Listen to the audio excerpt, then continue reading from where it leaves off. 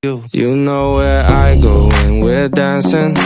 Handshake. Assalamualaikum warahmatullahi wabarakatuh. Kami dari kelompok 7 yang terdiri dari pertama saya sendiri Intisar Sabita Az-Zahra, kedua Supianti, ketiga Putri Rahayu, dan keempat Nur Istiqomah.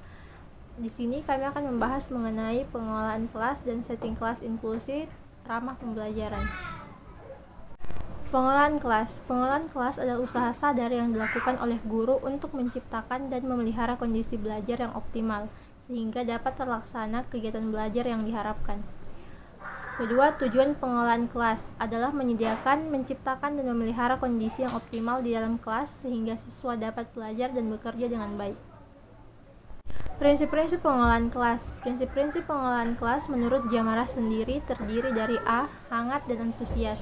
Hangat dan antusias diperlukan dalam proses belajar mengajar. Guru yang hangat dan akrab pada peserta didik selalu menunjukkan antusias pada tugasnya atau pada aktivitasnya akan berhasil dalam mengimplementasikan pengelolaan kelas. B. Tantangan. Penggunaan kata-kata, tindakan, cara kerja, atau bahan-bahan yang menantang akan meningkatkan gairah peserta didik untuk belajar, sehingga mengurangi kemungkinan munculnya tingkah laku yang menyimpang. C. Bervariasi. Penggunaan alat atau media, gaya mengajar guru, pola interaksi antara guru dan peserta didik akan mengurangi munculnya gangguan, meningkatkan perhatian peserta didik.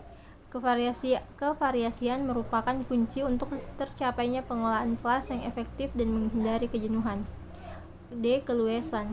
Keluasan tingkah laku untuk mengubah strategi mengajarnya dapat mencegah kemungkinan munculnya gangguan peserta didik serta menciptakan iklim belajar mengajar yang efektif.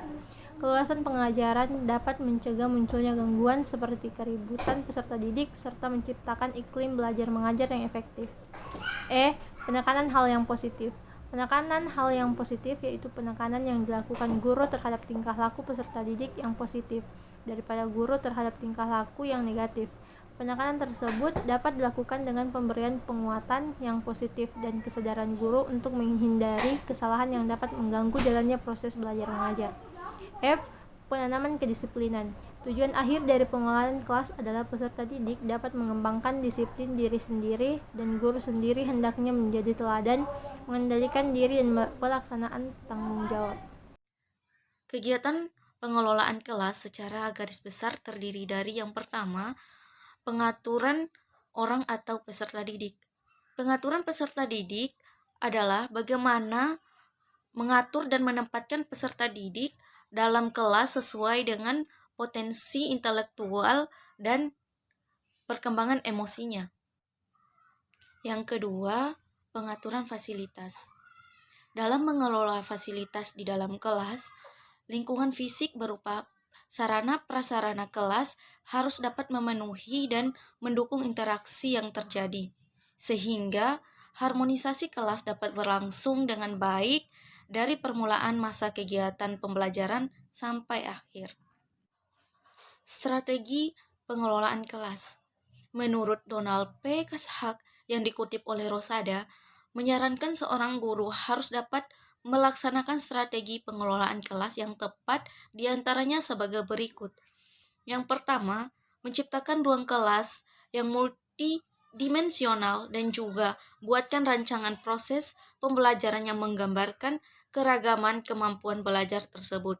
Yang kedua, membuat rancangan waktu yang fleksibel tetapi tetap dalam koridor satuan waktu yang ditetapkan kurikulum. Yang ketiga, mengelompokkan siswa berdasarkan basis kemampuannya.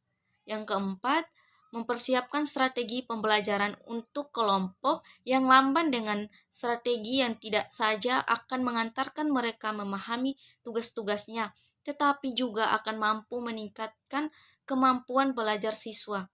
Yang kelima, menggunakan tutorial sebaya dan belajar bersama untuk menambah kemampuan dan pengalaman mereka masing-masing. Selanjutnya, setting lingkungan inklusif ramah pembelajaran.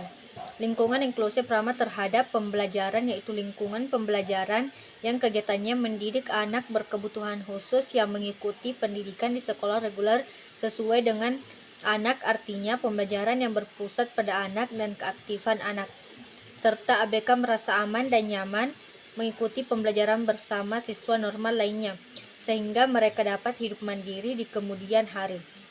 Lingkungan inklusif ramah terhadap pembelajaran diartikan dengan mengikutsertakan anak berkebutuhan khusus atau anak yang berkelainan di kelas reguler bersama-sama anak-anak lainnya. Namun, secara luas, inklusif juga berarti melibatkan seluruh peserta didik tanpa terkecuali. Inklusif berarti bahwa sebagai guru bertanggung jawab untuk mengupayakan bantuan dan menjaring dan memberikan layanan pendidikan pada semua anak dari otoritas sekolah, keluarga, masyarakat, lembaga pendidik, layanan kesehatan, kepemimpinan masyarakat, dan lain-lain. Selanjutnya yaitu 1. Membina hubungan guru reguler dengan anak berkebutuhan khusus dengan anak normal, yaitu guru reguler atau bidang studi telah menerima anak berkebutuhan khusus untuk mengikuti proses pembelajaran yang dimana guru reguler atau guru bidang mampu menunjukkan sikap toleran yang mampu menerima anak, terutama dalam bidang studi matematika, IPA, bahasa Indonesia, dan bahasa Inggris dengan anak lainnya. Dan selama proses belajar mengajar berlangsung, guru reguler tidak mendorong siswa untuk tidak saling kooperatif dan mendorong untuk kerjasama terhadap anak lainnya. Proses pembelajaran, guru bidang studi dalam mengajar dengan menyampaikan materi pembelajaran IPA, matematika, bahasa Indonesia, dan bahasa Inggris. Guru studi menggunakan metode ceramah dan pemberian tugas. 2. Yaitu siswa berkebutuhan khusus dalam belajar, yaitu siswa duduk dengan tenang mendengarkan dan memperhatikan guru dalam menjelaskan materi pembelajaran sehingga tidak terlihat keaktifan dan berbicara dengan teman sebangku serta tidak mengganggu temannya dalam belajar. 3. Pengaturan tempat duduk, yaitu pengaturan kursi dan meja, yaitu tersusun berbaris dengan arah yang sama dari depan ke belakang. Dalam satu meja duduk 2 orang siswa. Siswa perempuan duduk dengan siswa perempuan dan siswa laki-laki duduk dengan siswa laki-laki. Dan siswa berkebutuhan khusus duduk bersama siswa yang normal lainnya. 4. Media pembelajaran, yaitu guru menyampaikan materi pembelajaran kepada siswa menggunakan media, yaitu buku, paket, spidol, dan papan tulis. 5. Materi pembelajaran diambil dari buku paket. Materi pembelajaran antara siswa berkebutuhan khusus dan siswa normal yaitu sama. Guru bidang studi melakukan modifikasi kurikulum atau menyederhanakan materi bagi siswa berkebutuhan khusus. 6. Penilaian tertulis seperti ulangan harian siswa, latihan siswa, dan pekerjaan rumah siswa. Ulangan harian dalam bidang studi diberikan setiap selesai satu pokok bahasan. Soal ulangan harian antara siswa berkebutuhan khusus dan siswa normal yaitu sama. Bagi siswa yang mendapat nilai rendah dalam ujian diberikan remedial. Sekian, wassalamualaikum warahmatullahi wabarakatuh.